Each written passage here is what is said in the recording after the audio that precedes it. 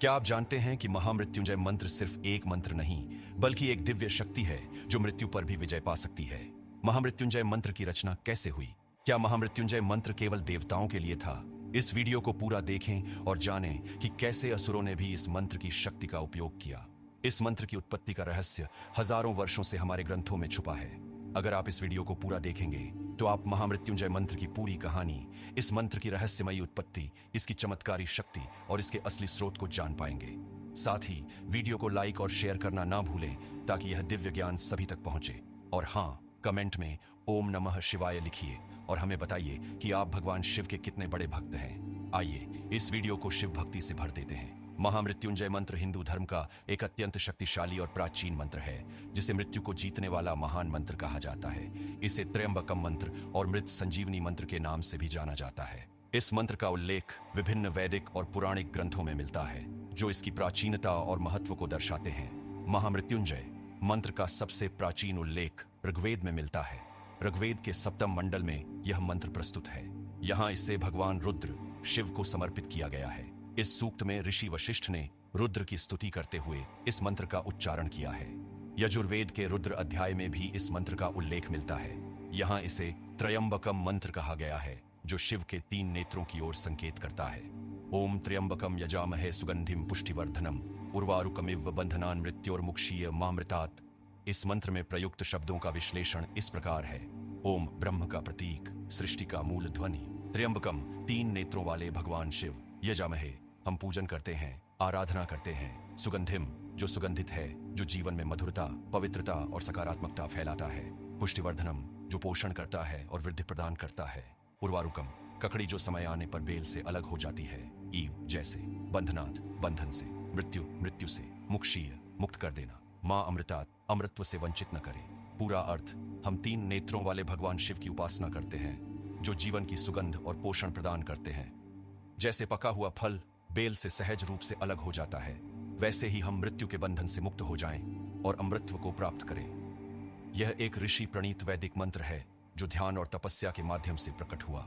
यह मंत्र 3 प्रमुख शक्तियों को जोड़ता है: त्र्यंबक शिव, उर्वारुक आत्मा की मुक्ति और अमृतत्व अमृतत्व की प्राप्ति। इसे संजीवनी मंत्र भी कहा जाता है, क्योंकि यह मृत्यु से रक्षा करता है। शिव पुराण में कहा गया है कि भगवान शिव ने स्वयं यह मंत्र महर्षि दधीचि को दिया था। दधीचि ने इस मंत्र को अपने शिष्यों को सिखाया, जिससे यह पूरे विश्व में फैला। शिव पुराण में इसे अकाल मृत्यु निवारण और आत्मकल्याण का सबसे बड़ा मंत्र बताया गया है। आइए अब हम इस मंत्र से जुड़ी पौराणिक कथा, इस मंत्र की रहस्यमयी और चमत्कारी शक्ति को जानते हैं। इस कथा का उत्तर आपको चौंका देगा। वीडियो को अंत तक देखें और जानें कि ऋषि मृकंडु और मार्कंडेय, राजा दक्ष, महर्षि दधीचि, शुक्राचार्य, राजा त्रिशंकु का महामृत्युंजय मंत्र से क्या संबंध है। यह मंत्र अकाल मृत्यु से कैसे रक्षा करता है और सच्ची भक्ति से कुछ भी कैसे संभव है। शिव पुराण में इस मंत्र की महिमा का विस्तार से वर्णन किया गया है। एक कथा के अनुसार ऋषि मृकंडु के पुत्र मार्कंडेय की अल्प आयु था। मार्कंडेय बचपन से ही अत्यंत तेजस्वी था और शिव भक्ति में लीन रहता था। लेकिन जैसे ही वह 16 वर्ष का हुआ, उसकी मृत्यु का समय आ गया।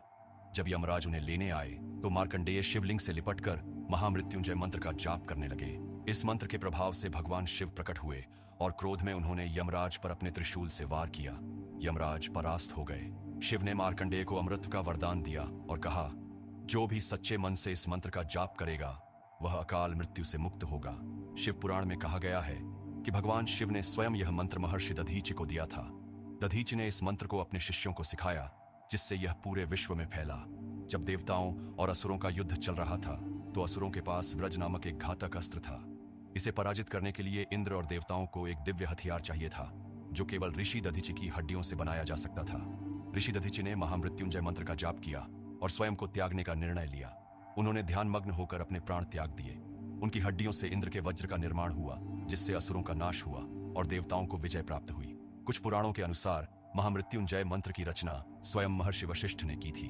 उन्होंने इसे अमृत मंत्र कहा और इसका प्रयोग राजा त्रिशंकु को पुनर्जीवित करने के लिए किया था। राजा त्रिशंकु एक महान शासक थे, लेकिन उनका एक असाधारण इच्छा थी। वे अपने शरीर के साथ स्वर्ग जाना चाहते थे। उन्होंने अपने गुरु वशिष्ठ से इस इच्छा की पूर्ति के लिए प्रार्थना की, लेकिन वशिष्ठ ने यह असंभव बताया। जब वशिष्ठ ने उनकी सहायता नहीं की, तो वे विश्वामित्र के पास गए, जिन्होंने अपनी तपस्या के बल पर उन्हें स्वर्ग भेजने का प्रयास किया। लेकिन इंद्रदेव और अन्य देवताओं ने त्रिशंकु को स्वीकार नहीं किया और उन्हें वापस पृथ्वी की ओर धकेल दिया। जब त्रिशंकु आकाश में लटके हुए थे तो उनकी स्थिति बहुत दयनीय हो गई। इस संकट से बचाने के लिए महर्षि वशिष्ठ ने महामृत्युंजय मंत्र का उच्चारण किया। इस मंत्र के प्रभाव से त्रिशंकु को मृत्यु से बचा लिया गया और उन्हें एक विशेष स्थान त्रिशंकु स्वर्ग प्रदान किया गया। एक अन्य कथा के अनुसार शुक्राचार्य ने इस मंत्र की प्राप्ति भगवान शिव से की थी। महर्षि भृगु के पुत्र शुक्राचार्य, जो असुरों के गुरु थे, बहुत बुद्धिमान और तपस्वी थे। वे असुरों के कल्याण के लिए निरंतर प्रयासरत रहते थे, लेकिन देवताओं और असुरों के युद्ध में अक्सर असुरों को पराजय का सामना करना पड़ता था, क्योंकि उनके पास कोई ऐसा उपाय नहीं था जिससे वे मृत सैनिकों को पुनर्जीवित कर सकें। इस समस्या के समाधान के लिए शुक्राचार्य ने भगवान शिव की घोर तपस्या की। वे सहस्रों वर्षों तक कठोर तप करते रहे, जिससे प्रसन्न होकर भगवान शिव प्रकट हुए और उन्होंने शुक्राचार्य को एक अत्यंत प्रभावशाली मंत्र प्रदान किया जो मृत्यु को भी जीत सकता था। यह था महामृत्युंजय मंत्र। भगवान शिव ने कहा, जो भी इस मंत्र का सच्चे मन से जप करेगा वह मृत्यु के भय से मुक्त होगा और उसका जीवन संकटों से बचा रहेगा। महामृत्युंजय मंत्र की शक्ति प्राप्त करने के बाद शुक्राचार्य ने इसे असुरों को सिखाया। जब देवताओं और असुरों के बीच युद्ध हुआ तो इस मंत्र के प्रभाव से असुरों के मृत सैनिक पुनर्जीवित हो गए। इस शक्ति के कारण असुरों ने देवताओं पर विजय प्राप्त करनी शुरू कर दी। एक अन्य कथा के अनुसार दक्ष प्रजापति भगवान शिव के प्रति द्वेष रखते थे। जब उन्होंने एक महान यज्ञ का आयोजन किया तो उसमें शिव को आमंत्रित नहीं किया गया। इस अपमान से शिव की पत्नी सती अत्यंत दुखी हुई और उन्होंने यज्ञ में जाकर आत्मदाह कर लिया। इससे शिव अत्यंत क्रोधित हो गए और उन्होंने वीरभद्र को उत्पन्न किया, जिसने दक्ष का सिर काट दिया। बाद में ब्रह्मा और अन्य देवताओं ने भगवान शिव को शांत किया और दक्ष को पुनर्जीवित करने की प्रार्थना की। भगवान शिव ने महामृत्युंजय मंत्र का उच्चारण किया और दक्ष को पुनर्जीवन दिया, लेकिन उनके सिर के स्थान पर एक बकरे का सिर लगा दिया।